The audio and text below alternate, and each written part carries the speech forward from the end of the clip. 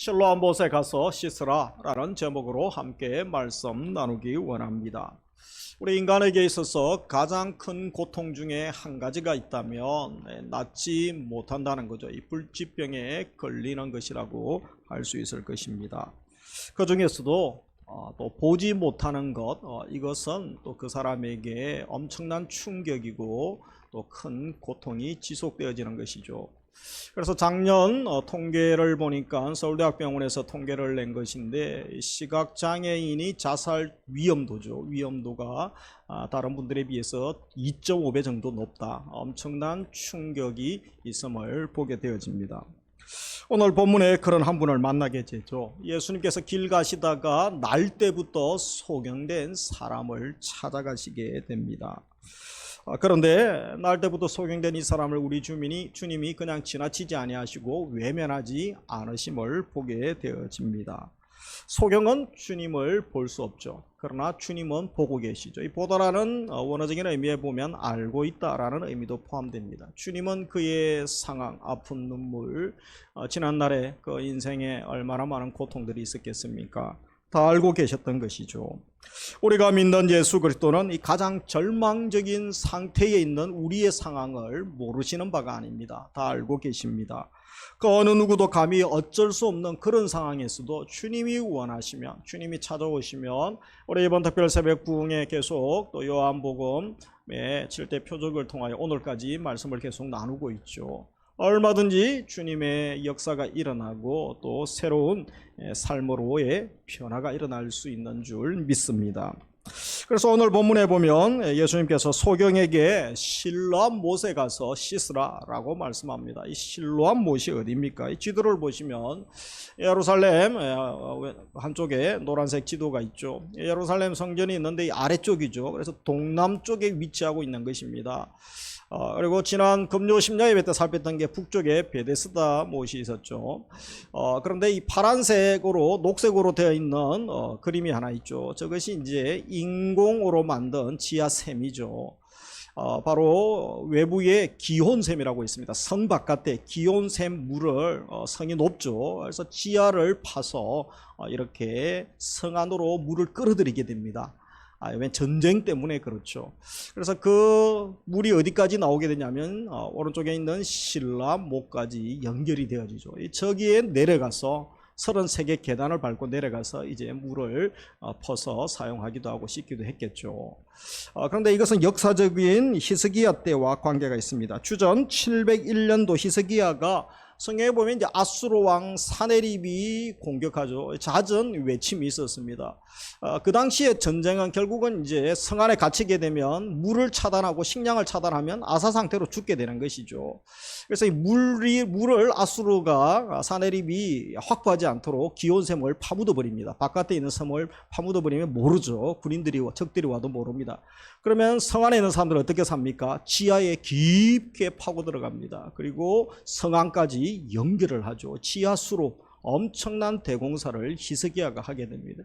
저도 이 지역을 지나가 봤는데 딱 사람 어깨 하나, 저 같은 사람 한 명 지나갈 수 있습니다. 얼마나 답답하고 겁나고 두려운지. 그렇게 살기 위하여 이들이 샘을 인공으로 만들어 놓았던 것이죠. 그것을 히스기야 터널이라고 합니다. 그래서 이 실로암이 만들어졌는데, 실로암의 의미가 어떤 의미입니까? 너무 중요하기 때문에 이미 그 뜻을 본문에 설명을 해놨습니다. 먼저 보냄을 받았다라는 의미가 있죠. 예수님이 바로 소경을 만나서 고쳐주실 수 있습니다. 그런데 오늘은 특이한 행동을 하시고 또 귀찮게 또 실로암까지 가라 이렇게 말씀을 하고 있는 거죠. 이 소경이 실로암까지 가서 말씀을 따를 때에 치유가 일어나고 또 구원을 경험하게 되는 것입니다. 그래서 이 실로암에 가라라는 의미는 바로 내 믿음으로 걸어가라는 거죠. 예수님이 지시한 곳까지 가라, 그런 의미가 있는 것이죠. 소경이 실로암으로 보냄받았을 때 그는 주님이 예비하신 치유와 구원을 경험하게 됩니다. 우리에게 하나님의 보내신 실로암이 계시죠. 예수 그리스도를 우리가 믿고 만남으로 말미암아 우리 영의 눈이 떠여지고 우리도 치유와 회복과 새로운 삶의 시작이 일어나는 줄 믿으시기 바랍니다. 그러면서 실로암은 내려가는 곳이죠. 또 예루살렘 동남쪽에 있는 옥의 저수지로서 이스라엘 성 안으로 보내졌다는 이유 때문에 생겨난 이름이라고 했죠. 그래서요, 이 실로암은 그냥 뭐 평지에 있는 것이 아닙니다. 지하 깊은 곳에 수로를 연결했기 때문에 결국은 내려가야 되죠. 33개의 돌계단을 바위를 계단으로 하나하나 만들어서 그렇게 밟고 내려가야 되는 것입니다. 그런데 건강한 사람은 뭐 아이들이나 어른들은 내려가는데 문제가 없겠죠. 문제는 이분은 장애인입니다. 앞을 볼 수 없는 사람입니다. 혼자 내려가다가는 크게 다칠 수 있죠. 누군가는 도와줬을 것입니다. 그래서 힘들게 부축을 받으면서 내려가게 되고 또 물가에 가서 씻게 되었음을 보게 됩니다. 함께 했던 사람이 있었던 것이죠. 이곳에 가서 씻을 때에 주님의 치유가 일어나는 것을 보면서 하나님의 은혜, 낮은 곳에 임하는 거죠. 교만한 자리, 거만한 자리, 불신앙의 자리에 내가 똑똑하다고 생각하는 그런 곳에 성령의 역사가 잘 일어나지 않는 것이죠. 낮은 곳에 위로가 있고 낮은 곳에 감사가 있는 줄 믿습니다. 그래서 함께하는 자들, 연합이 중요하죠. 함께 우리가 낮은 곳에 겸손히 순종할 때에 하나님의 역사가 일어나고 또 하나님의 은혜를 충만히 부어주시는 줄 믿으시기 원합니다. 그러면서 실로암은 씻는 곳이라고 할 수 있죠. 그가 그곳에 가서 또 씻어야 되죠. 예수님 말씀대로. 그때 치료를 받습니다. 눈을 뜨게 됩니다. 우리도 예수님 앞에 나아가 예수 그리스도의 십자가의 보혈의 공로로 정결함을 입고 거룩함을 입고 우리의 영의 눈이 뜨여지게 되는 것이죠. 예수 그리스도의 보혈로 씻음을 받아야 되는 것입니다. 아직도 주님을 믿음으로 바라보지 못하는 분들은 그리스도의 보혈로 씻김 당하는 일들이 먼저 있어나야 되는 거죠. 내 안팎을 씻고 죄로 물던 내 생활을 청산하고 내 허물 잘못을 보혈로 씻어야 되는 것입니다. 그래서 이 소경이 실로암 목가에서 씻었을 때에 그는 밝은 눈으로 나오게 되는 그의 인생 최대의 기적을 경험하게 되는 거죠.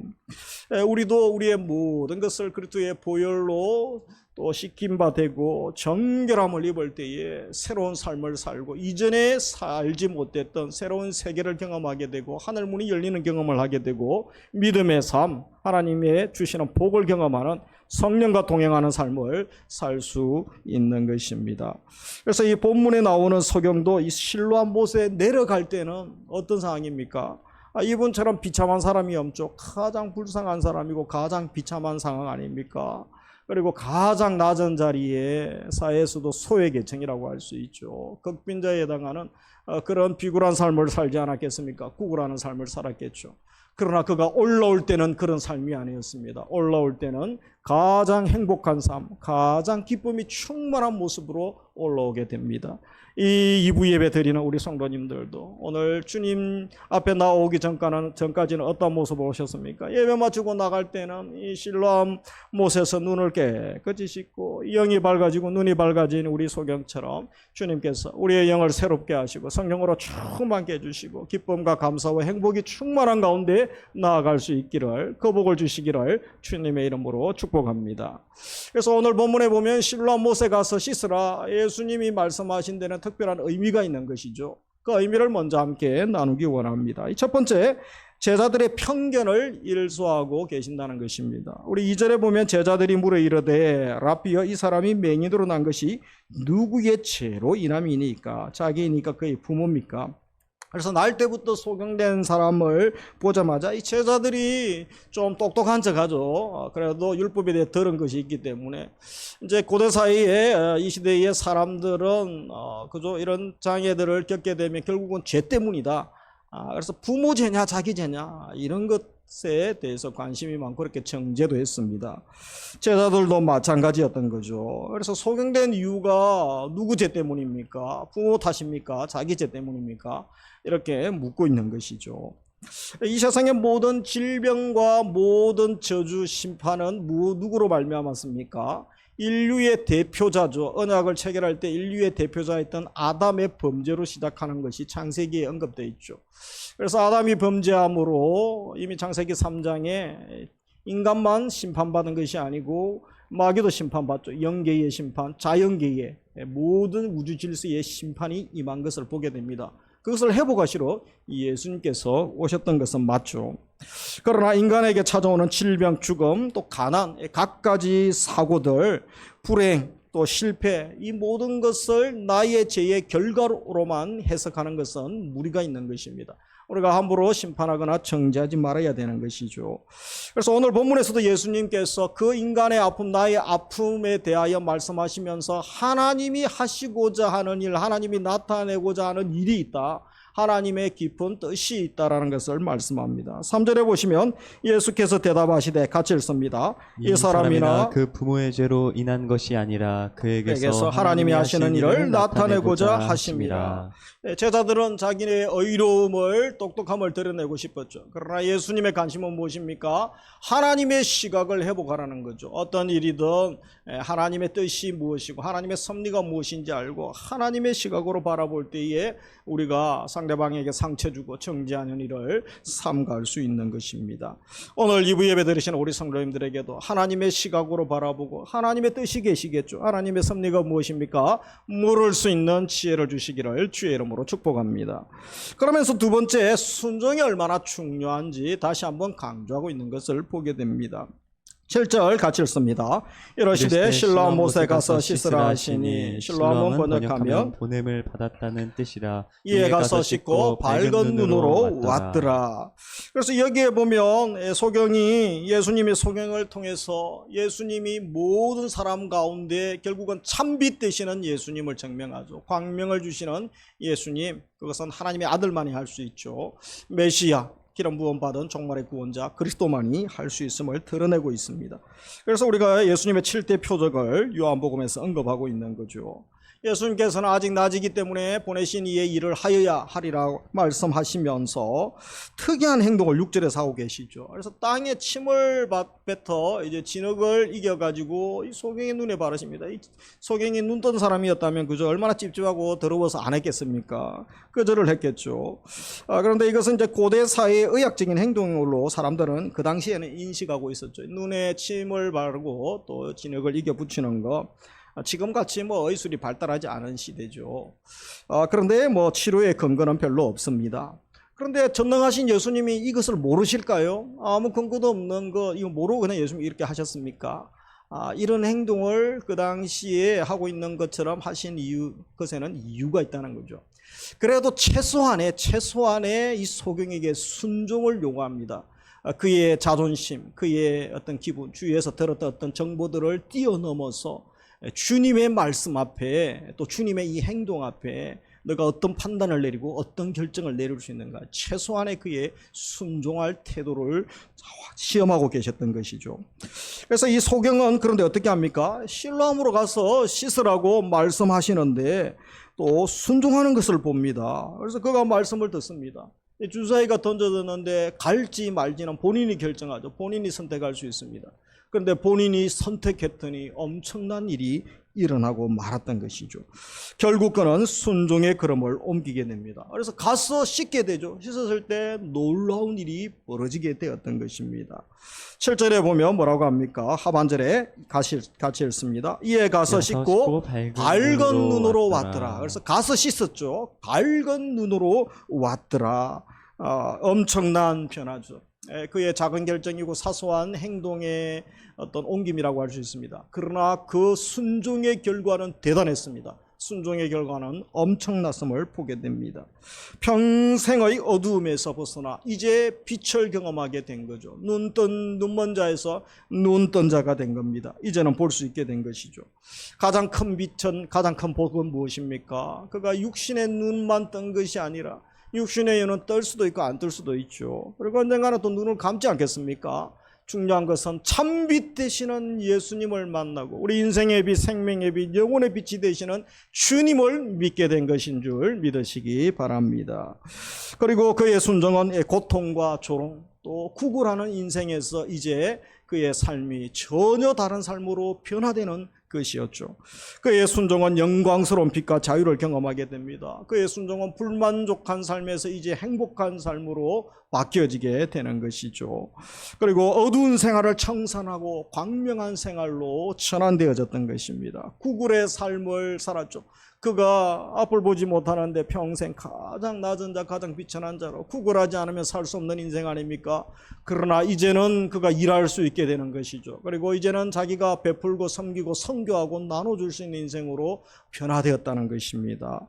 가장 무거웠던 인생의 짐들 다 벗어버리고 그리스도와 함께하는 새 생활, 성령님과 함께하는 새 믿음의 삶을, 새 생명의 삶을 살게 되었다는 것입니다. 이처럼 이 순종의 삶은 작은 것이 아니죠. 엄청난 변화와 기적을 가져옵니다. 예수 그리스도를 만나고 그의 신분이 하나님의 자녀가 되고 그의 삶이 영생의 삶을 살고 사망의 문제, 죽음의 문제를 극복하고 하나님과 함께 영원히 사는 삶으로 나아간다면 이것보다 큰 복이 어디 있겠습니까? 신앙이라는 게 바로 그런 것이죠. 신앙은 순종이라는 특징을 가지고 있습니다. 인간이 이해하기 어려운 일에도 신앙은 말씀이라면 말씀 앞에 순종하는 것이 무엇입니까? 신앙입니다. 내 생각으로 내 경험으로 내가 요즘 너무 바쁘고 재정이 너무 힘들기 때문에 자녀들이 10대고 대출금이 많아서 내가 그냥 주일 한 달에 한 번만 예배 드리겠습니다. 그게 신앙이 아닙니다. 신앙은 말씀 앞에 순종하는 것이죠. 그래서 인간의 한계를 느낄 때 그럼에도 불구하고 내가 하나님 말씀에 굴복하겠습니다. 말씀 앞에 항복하겠습니다. 그런 성도가 가장 복된 성도인 줄 믿으시기 바랍니다. 사무엘상 15장 같이 읽습니다. 순종이 제사보다 낫고 듣는 것이 순양의 기름보다 나으니. 우리 종교생활 열심히 하고 또 예물 많이 드리는 게 중요한 게 아니죠. 순종이 더 주님 받으시는 거죠. 그래서 신구약에 보면 순종으로 엄청난 삶의 변화와 하나님의 또 위로를 받은 분들이 많습니다. 열왕기하 5장에 보면 나만 장군, 나병이죠. 그 당시에는 불치병이죠. 얼마나 장군이 비참한 삶을 삽니까? 그런데 그것도 다른 나라에 가서 선지자 엘리사가 이상한 말을 하죠. 요단강에 가서 몸을 씻으라고. 우리나라에 좋은 강도 많은데 자존심 상하고 기분 상하죠. 그래도 신하들 말 듣고 그죠? 또 포로로 끌려온 어린 소녀의 말을 듣고 거기까지 가게 되죠. 순종하고 순종했더니 결국은 그가 깨끗한 몸이 되고 두 나라의 평화가 어린 소녀 하나, 포로로 끌려온 소녀 하나 때문에 전쟁이 없어집니다. 엄청난 일을 하게 되는 것이죠. 마리아가 천사의 말에 순종했더니 메시아의 어머니가 되고 예수님의 족보에 4명의 여인의 이름 중에 오르게 되는 것이죠. 광야 훈련 기간 이스라엘 백성들이 말씀 앞에 순종하죠. 물론 불순종도 합니다. 그러나 순종할 때 하나님이 만나를 내리시고 또 메추라기를 내리시고 구름 기둥, 불 기둥으로 그들이 가나안까지 입성하도록 함께 하시는 것들을 경험하게 되는 것입니다. 우리도 주님이 소경처럼 이 최소한의 순종을 요구할 때가 있습니다. 그때 불순종 또 불신앙의 삶을 선택하지 마시고 즉시 기쁘게 온전히 순종하는 은혜를 주시기를 주님의 이름으로 축복합니다. 주님과 주님의 말씀이라면 내가 순종하겠습니다. 이 결단을, 이 마음을 주시기를 주의 이름으로 축복합니다. 우리 옆에 분들과 서로 인사하겠습니다. 즉시 온전히 기쁘게 순종합시다. 즉시 온전히 기쁘게 순종합시다. 우리 1열도 순종하시고 2열도 순종, 3열, 4열 특별히 할렐루야 찬양대 또 즉시 순종하시고 기쁘게 순종하는 은혜 주시기를 주님의 이름으로 축복합니다. 그래서 여기까지는 우리가 다 아는 말씀 아닙니까? 이제 중요한 것은 내 삶의 현장이 중요합니다. 적용으로 내 삶의 현장은 어떻습니까? 영적 시력이 회복되고 영안이 우리가 열려져야 됩니다. 육의 눈이 중요한 게 아니죠. 신령한 눈을 뜨는 것이 중요합니다. 우리에게 오늘 그런 은혜를 달라고 우리가 기도해야 되겠습니다. 참으로 많은 그리스도인이 세상 사람들은 당연히 못 보죠. 그리스도인이라고 하는 사람들도 참으로 보아야 될 것을 보지 못하고 들어야 될 것을 듣지 못하고 깨달아야 될 것을 깨달지 못합니다. 그래서 우리 눈이 병들었습니다. 귀가 병들었습니다. 감정이 병들었습니다. 그래서 일그러진 하나님의 형상이죠. 왜곡되고 일그러지고 병든 하나님의 형상이 회복되어져야 됩니다.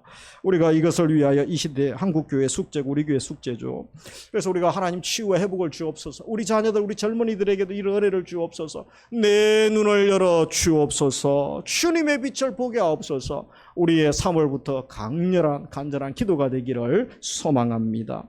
우리가 지난 9차 특세 한 주간 나의 안에 거하라 라는 제목으로 함께 또 말씀의 은혜를 강사님도 보내주시고 많은 분들이 또 간증도 하시고 또 감사도 하셨습니다.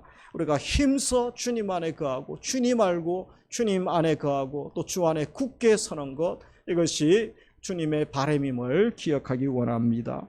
이제 오늘부터 3월부터 우리가 평신도 훈련이 시작되어지고 사랑방 전도 기도 구제 모든 또 사역들이 공적으로 시작되어집니다. 먼저 예수님 닮기를 사모하고 주 안에 거하기를 힘쓰십시오. 그래서 주님으로부터 영적 자원을 우리가 요한복음 15장 포도나무 비유처럼 공급받을 때에 마음껏 사랑하고 섬기며 구제할 수 있는 것이죠. 그리고 또 중요한 것은 우리가 제자의 삶을 사는 것입니다. 배우든지 가르치든지 제자의 삶은 우리 유인물에 있는 것처럼 내가 해도 되고 안 해도 되는 것이 아니죠. 예수님이 생명값을 지불하시고 목숨 거시면서 제자 삼으라. 그래서 너희들도 또 확신한 것 가운데 거하고 제자 삼고 그리스도의 군사로 살기를 주님은 명령하셨다는 것을 기억을 해야 됩니다. 엔트로피 법칙을 지난주에 말씀을 드렸죠. 우리가 가만히 있으면 거룩해지는 사람이 없습니다. 가만히 있으면 여인분들 그저 주일을 가만히 그냥 깼다가 바로 교회 옵니까? 화장하고 얼마나 예쁘게 또 꾸미고 오십니까? 모든 것은 무질서로 나아갑니다. 가만히 있으면 게을러지고 악해지고 나태해지고 안일해지고 쾌락을 즐기고 결국은 마귀의 밥이 되는 거죠. 마귀가 좋다고 계속 꼬임에 넘어가게 되는 것입니다. 그래서 우리가 힘을 쓰고 애를 쓰고 내 육욕을 제어하고 죄와 싸우면서까지 말씀 앞에 순종하려고 거룩을 향한 거룩한 몸부림들이 있어야 되는 것입니다. 이 경건에 이르고 거룩에 이르는 것은 얼마나 시간과 에너지가 많이 걸립니까? 그래서 지구 중력을 대기권을 벗어나는 것과 같다라고 학자들이 이야기하죠. 그 정도로 저항을 많이 경험하게 되는 것입니다. 신앙의 페달 밟기를 중단하지 말아야 됩니다. 그렇지 않으면 자전거가 넘어집니다. 인생의 자전거가 넘어진 사람들이 너무 많습니다. 믿음의 자전거가 넘어져 있죠. 페달 밟기를 중단해 버렸습니다. 옛날에 부흥회 때 은혜 많이 받고 성령 체험했는데요, 신유를 경험했는데요, 지금이 중요하죠. 지금은 중독자가 되어 있고 신앙생활 제대로 안 한다며 지금 내 속에 성령님과 교제하며 구원의 감격 기쁨이 있습니까? 지금 또 하나님의 은혜를 누리고 있습니까? 그렇지 않다면 다시 회복해야 되는 것입니다. 올해 우리의 최고의 목표, 기도 제목, 변화, 성숙이 되어져야 됩니다. 예수님 닮는 것, 예수님 더 사랑하는 것, 이것이 우리의 소망이 되고 간절한 기도가 되기를 주의 이름으로 축복합니다. 여러분들과 함께 인사하겠습니다. 예수님 더 사랑합시다. 예수님 더 사랑합시다. 예수님 더 사랑하자는데 뭐 이유가 있겠습니까? 싫어하는 사람 누가 있겠습니까? 모든 여러분 기도 제목들 보십시오. 갈등, 문제, 개인, 가정, 자녀 한 가지 이유 때문이죠. 주님의 사랑이 결여돼서 그렇습니다. 주님을 더 사랑하지 못하는 거죠. 근데 그 사랑할 힘도 내게 없다는 것을 우리가 또 고백하게 되는 것이죠. 제가 청년 때 이 충격적인 그림을 본 적이 있습니다. 요즘은 참 옛날에는 그림을 제가 어설프게 그려서 띄워서 죄송했는데 애한테 부탁을 했더니 10초 만에 이렇게 멋진 그림을 그려줬어요. 영적인 모습입니다. 영적으로 잘하지 않는 사람들이 있다는 거죠. 이 할아버지가 80, 90이 되셨어요. 이제 천국 갈 날이 다 됐는데 백발 아닙니까, 백발. 그런데 특이한 모습을 하고 있습니다. 입에는 우유병을 물고 있습니다. 그리고 기저귀를 하고 있습니다. 이게 무슨 말입니까? 누군가, 부모나 누군가 아직도 우유를 먹여야 되고 아직도 기저귀를 갈아줘야 되는 상황이 된 것이죠. 여러분, 이게 바로 영적인 우리의 모습 아닙니까? 내가 예수님 믿고 신앙생활한 지 10년, 20년, 50년이 넘었는데 아직도 누군가 나를 돌봐야 되고 누군가가 나를 그저 응석을 받아줘야 되고 행동은 몸은 신앙생활 한 지는 수십 년, 반백년이 되었는데 신앙생활은 아이와 똑같다는 거죠. 짜증내고 신경질 내고 누군가 나를 격려하고 위로하고 나를 신경을 써줘야 되고 그래서 순장님이 늘 마음이 아프고 전도회장님이 늘 마음이 아프고 위원장님이 달래고 장로님들이 달래고 아직도 이렇게 사는 사람들이 너무 많습니다. 무엇이 문제입니까? 변화, 성숙, 예수님 닮아가기를 포기하면 누구라도 우리가 그렇죠. 한국교회 이런 사람들이 너무 많습니다. 우리 교회도 이런 분들이 계실지 몰라요. 이런 부르면 안 되기 때문에 그래도 자기를 성령께서 혹시 주목하시면 하나님 은혜를 주세요. 기도해야 됩니다. 그래서 우리가 제자 훈련할 때 두 번째 그림 보십시오. 제자 양육 키죠. 여러분 항공모함 큰 비싼 배도 그저 유람선도 이 배 키 하나 가지고 운전하지 않습니까? 인생 항해의 핵심 키죠, 키. 그래서 우리가 제자 양육할 때 키를 배우게 되죠. 가운데 뭡니까? 중심 되신 그리스도. 예수님을 믿고 예수님이 내 삶의 주인으로 왕으로 모시는 거죠. 그래서 구원의 확신 가운데 하나님의 누구신지 배우게 되죠. 8가지 영역을 훈련하죠. 그리고 성경, 기도, 교제, 전도, 성령 충만, 또 우리가 시험을 이기고 순종하며 성령 충만하게 사역하는 거죠. 그때의 마지막 그리스도가 다스리시는 삶을 삽니다. 이것이 안 됩니다. 그래서 제자 양반한테 맛만 보고 또 제자 훈련 사역만 하죠. 그래도 안 됩니다. 평생 성령님과 제자 훈련을 하게 하는 걸 가르쳐주고 있습니다. 이 그림은 여러분 양육 때 끝나는 게 아닙니다. 양육부터 시작해서 평생 제자 훈련하는 거죠. 성령님과. 이 그림이 목표입니다. 우리 자녀, 우리 주일학교 위에 이 그림 놓고 기도해야 됩니다. 이렇게 우리가 살게 하시고 우리 교회가 이렇게 준비되게 해달라고 기도해야 됩니다. 그래서 그 다음 그림 보면 우리 사역 훈련할 때 그죠? 이 사역나무 우리가 연초에도 늘 강조하죠. 뿌리가 중요하죠. 교회로 예수님이 핏값으로 사신 교회, 우리 자녀, 우리 성도 한 명 한 명이 예수님의 생명과 바꾼 존귀한 자녀 아닙니까? 그래서 분명한 교회론 위에 우리가 써야 됩니다. 줄기는 뭐죠? 제자도 제자 스피릿이죠. 분명히 제자 삼는 이것 십자가의 도를 우리가 사랑하고 십자가의 도를 따라 사는 거죠. 십자가 정신으로 정치하고 십자가 정신으로 상업하고 경제활동하고 직장생활하고 공부하고 관계를 맺고 삶의 현장이 선교사 아닙니까? 그렇게 살도록 가르치죠. 그래서 그렇게 키우기 위해서 우리가 방법 우리 교회는 제자 훈련을 하고 있습니다. 그래서 많은 제자 그리스도를 또 키우고 준비하고 세상에 파송하는 이 일들을 교회가 하는 거죠. 우리 교회도 하고 또 우리 부서들 또 우리 모든 사역팀들이 하게 되는 것입니다. 우리가 존재하는 이유, 교회가 존재하는 이유가 예수님이 생명값 바꾸시면서 주님의 당부가 아니죠. 했으면 좋고 안 해도 좋고 그게 아니죠. 명령이죠. 명령, 지상명령. 그렇게 하실 수 있는 것은 우리 제자훈련할 때 유인물에 있는 것처럼 주님이 우리의 주인 되시고 생명값을 지불하셨기 때문에, 그리고 주님의 마지막 유언이기 때문에 이것 안 하면 교회가 죽는 거죠. 이것 안 하면 내 영이 죽고 우리 가정이 죽고 내 자녀가 죽고 내가 능력 있는 그리스도인의 삶을 살 수 없기 때문에 주님이 아시기 때문에 주님이 엄청난 기적을 행하시지만 제자훈련은 몇 명 하지 않으셨어요. 고작 12명, 1명 배신하죠. 70인 전도대 소수에게 집중하시죠. 그러나 그들이 전 세계를 변화시키고 아시아, 유럽을 변화시키고 결국은 주님 오실 때까지 교회가 이 일들을 할 줄을 확신하셨기 때문에 이렇게 하셨던 것입니다. 제가 2006년도에 국제 제자 훈련은 세미나를 갔죠. 지도자 세미나 훈련. 2006년이면 한 20년 전이었던 것 같습니다. 그때 오카노 목사님이 살아계셨어요. 그래서 한 사람에 집중하세요. 한 사람을 위하여 헌신하시고, 이 광인론이라고 하는데 얼마나 은혜를 받았는지. 그래서 밤에는 또 기도원에서 안성수양관에서 기도도 하고 또 이제 낮에는 산책도 하고 밥 먹고, 그래서 기도를 했습니다. 하나님, 제가 사역하다가 지치고 힘들면 여기 동산에 와서 한 번씩 기도하고 차 한잔 마시면서 기도하게 해주세요. 다시 힘을 얻으려고 그렇게 기도했습니다. 그리고 저도 평생 제자훈련하고 한 사람 세우는데 헌신하기를 원합니다. 주일학교 청년 때부터 그런 좋은 교육자를 만났는데 저도 그런 교육자가 되기를 원합니다. 그래서 제가 앞으로 담임할 때는 당회가 형성되고 또 제자훈련을 할 수 있는 사람들이 좀 있는 교회를 하나님 좀 보내주세요. 그리고 20년 동안 기도하고 잊어버렸어요. 그리고 평택에 온 지 보니까 11년 목회를 지금 했잖아요. 지금 보니까 하나님이 저의 작은 부르짖음 기도를 다 들어주셨어요. 이렇게 예쁘고 아름답고 멋진 우리 성도님 만날 줄 누가 알았겠습니까? 저도 복이고 여러분도 복인 줄 믿으시기 바랍니다. 그래서 우리가 지치고 힘들 때가 있습니다. 정말 내 하는 일이 내 마음대로 안 될 때가 있습니다. 어떻게 또 능력을 상실한, 영적 능력을 상실하고 영안을 상실한 우리가 회복할 수 있겠습니까? 우리 오카노 목사님 이전에 살아계실 때 설교하신 내용인데 우리 영상 이 시간 같이 보도록 하겠습니다. 하루에도 몇 번이고 주저앉고 싶지 않겠어요? 자신감은 점점 없어지고 불안해지고 두려워지고 사는 것이 겁나고 무능한 자신, 남처럼 앞서지 못하는 자신이 원망스럽고 나중에는 그렇다고 해서 자기를 붙들어주는 손도 없고 기댈 만한 데도 없고 결국은 우울증에 빠지는 비참한 일들이 우리 주변에 많아고 있습니다. 이럴 때 우리에게 필요한 것이 있다면 뭡니까? 힘이요. 힘이요. 세상을 살 수 있게 하는 힘이요. 벌떡 일어나게 하는 힘이요. 자존심을 살려주는 힘이요. 절대로 기죽지 않게 하는 힘이요. 비틀거릴 때마다 붙들어주는 강한 손이요. 어떤 형편이든지 자족하면서 감사할 수 있게 만드는 힘이요. 힘이 필요해요. 힘이 필요해요. 세상을 살기 위해 힘이 필요해요. 내 안에 없는 힘이 필요해요. 밖으로부터 오는 힘이 필요해요.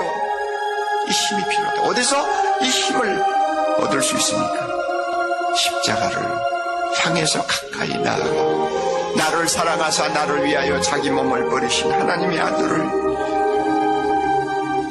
붙들고 그분의 그 놀라운 사랑을 내 마음에 다시 한번 체험할 때 힘이 생깁니다. 주님이 뭐라고 하시는지 알아요? 너는 네가 똑똑하지도 못하고 머리도 둔하고 경쟁에도 뒤처지고 쓸모없다고 그래서 살고 싶지 않다고 그러지. 그러나 야, 나는 네가 얼마나 좋았지, 나는 내가 얼마나 사랑스러운지, 내가 너를 위해서 이렇게 십자가에서 대신 죽었다. 너 그거 잊어버렸니? 내가 이만큼 너를 사랑하는 것 가지고 만족하지 못하겠니? 내가 너를 이만큼 사랑해주는 것만으로도 행복하다는 말 못하겠니? 너 인생의 짐이 무겁다고? 나는 너보다 더 무거운 짐 지고 세상을 살았어. 그러나 다 지나가는 거야. 나중에 내가 너에게 안겨줄 하늘의 영광은 세상의 고난과 비교가 안 돼. 하루 10분만 십자가의 죽음을 묵상하십시오. 아무리 바빠도 하루 10분만 나를 사랑하사 나를 위하여 자기 몸을 버리신 주님 앞으로 다가가세요. 하루 10분만 그분 십자가 밑에서 흘러내리는 피에 여러분의 손을 담고 그분을 우러러보십시오. 세상이 아무리 험해도 세상 살기가 아무리 힘들어도 다시 한번 일어날 수 있는 힘을 얻을 것입니다. 십자가에서 흘러내리는 하나님의 사랑의 힘이 우리를 벌떡벌떡 일으켜 세울 것입니다. 우리에게 자존심을 심어줄 것입니다. 아멘. 우리에게도 위로부터 부어주시는 힘, 거룩한 힘을 우리에게 주셔서 세상을 이기고 문제를 이기고 힘있게 또 상반기 사회 감당할 수 있기를 주의 이름으로 축복합니다. 말씀을 맺습니다. 영안이 열려지기를 원합니다. 빛 대신 주님을 만나는 은혜를 주시기 원합니다. 우리의 기도의 수준이 달라져야 됩니다. 우리 믿음의 선배들이 그랬죠. 시편 119편 18절 내 눈을 열어서 주의 율법에서 놀라운 것을 보게 하소서. 눈을 열어 말씀의 신비를 깨닫기를 원했죠. 모세도 기도했습니다. 주의 영광을 내게 보이소서. 돈 많은 거 그죠? 높은 자리에 올라가는 게 중요한 게 아니죠. 주의 영광을 경험하면 되는 것이죠. 엘리사도 기도하기를 그의 눈을 열어 보게 하옵소서. 그랬더니 불말과 불병거가 산에 가득하여 엘리야를 둘렀습니다. 하나님의 사람들은 여러분 군대 엄청난 재력, 엄청난 후원자가 없다 할지라도 바로 하나님이 함께 하시는 것들이 눈에 보여지게 되는 거죠. 우리가 이런 거 놓고 기도해야 되지 않겠습니까? 우리 사도행전에 성령 강림하실 때 120문도가 무엇을 봅니까? 바로 호련히 하늘로부터 급하고 강한 바람 같은 소리가 있어 마치 불의 혀처럼 갈라지는 것들이 그들에게 보여 다 성령 충만함을 받고 바로 성령이 임하시는 것들을 저들이 눈으로 목도하게 되는 거죠. 우리도 이런 수준이 다른 차원이 다른 기도를 하고 이런 영의 눈이 열려지는 은혜를 주시기를 주의 이름으로 축복합니다. 타락의 시대, 오염의 시대, 유혹과 안락의 시대를 살고 있습니다. 그래서 영안이 열려져야 되고 거룩의 능력을 회복해야 됩니다. 십자가의 능력을 회복하고 하나님이 위로부터 부어주시는 하늘의 능력, 신령한 능력을 공급받을 때 가능한 것입니다. 그래서 우리가 다시 한번 예수님께서 말씀하신 거 지상명령 땅끝까지 우리가 정인된 삶을 살고 제사 삼는 삶을 살도록 그 삶을 살아갈 수 있죠. 우리 힘으로 할 수 없습니다. 바로 주님의 성령이 임하시고 능력을 부어주셔야 됩니다. 내가 열정이 식어버렸습니까? 무기력한 삶을 살고 있습니까? 목적도 없이 비전도 없이 살아가고 있습니까? 회복해야 되는 것입니다. 제자 훈련 받아도 과정만 통과했지 지금 내 삶의 변화가 없고 주님과 깊은 교제를 나누지 못하고 있다면 실패한 것이죠. 다시 훈련에 임해야 되죠. 평생 성령님과 훈련받는 이 삶, 그래서 결국은 주님이 원하는 그 삶까지 나아가는 것, 주님은 목숨 거시면서 이 삶을 명하시고 우리에게 도전하고 계시는데 우리가 그 말씀에 순종하지 않는 것은 범죄입니다. 악입니다. 범죄행위라는 것을 우리가 알아야 됩니다. 그저 그렇게 머뭇거리고 안락한 삶을 주저하는 삶을 살 수는 없는 것이죠. 물론 쉽지 않습니다. 내가 하려고 하니 힘들고 지치죠. 내가 하려고 하니 못하는 거죠. 성경에 어디 내가 해가지고 되는 게 있습니까? 성령께 붙들려야 되고 성령의 능력을 의지할 때 할 수 있습니다. 성령께 맡기고 성령의 바람을 타십시오. 그때 지혜를 주시고 힘을 주시고 환경이 열리고 그래서 기도 응답받고 간증의 주인공 되는 것 아니겠습니까? 우리도 그런 은혜를 부어주시기를 원합니다. 우리 말씀에 순종했더니 많은 분들이 하나님의 은혜를 경험하죠. 구레네 사람 시몬 억지로라도 십자가 지니까 자손들이 복을 받지 않습니까? 마리아 두려움 가운데 말씀에 순종하죠. 하나님이 책임지시고 예수님의 족보에 오르는 기쁨을 주시게 되죠. 헛수고한 베드로 말씀에 의지하여 그물을 내릴 때에 만선의 기쁨을 허락해 주는 것입니다. 그래서 우리 한 주간도 어떻게 살아야 되겠습니까? 하나님 경외하는 삶 살기를 주의 이름으로 축복합니다. 말씀의 능력을 경험하고 이제 말씀에 이끌려 살기를 주의 이름으로 축복합니다. 마지막 시대에 예수 제자 삼는 삶, 또 예수님 제자 되고 그리스도의 군사 되어서 멋지고 아름답게 주님 부르실 때 다 품에 안겨서 칭찬받아야 되지 않겠습니까? 이 엄청난 복을 우리에게 부어주시기를, 우리 가정 자녀들에게도 부어주시기를 주님의 이름으로 축복합니다.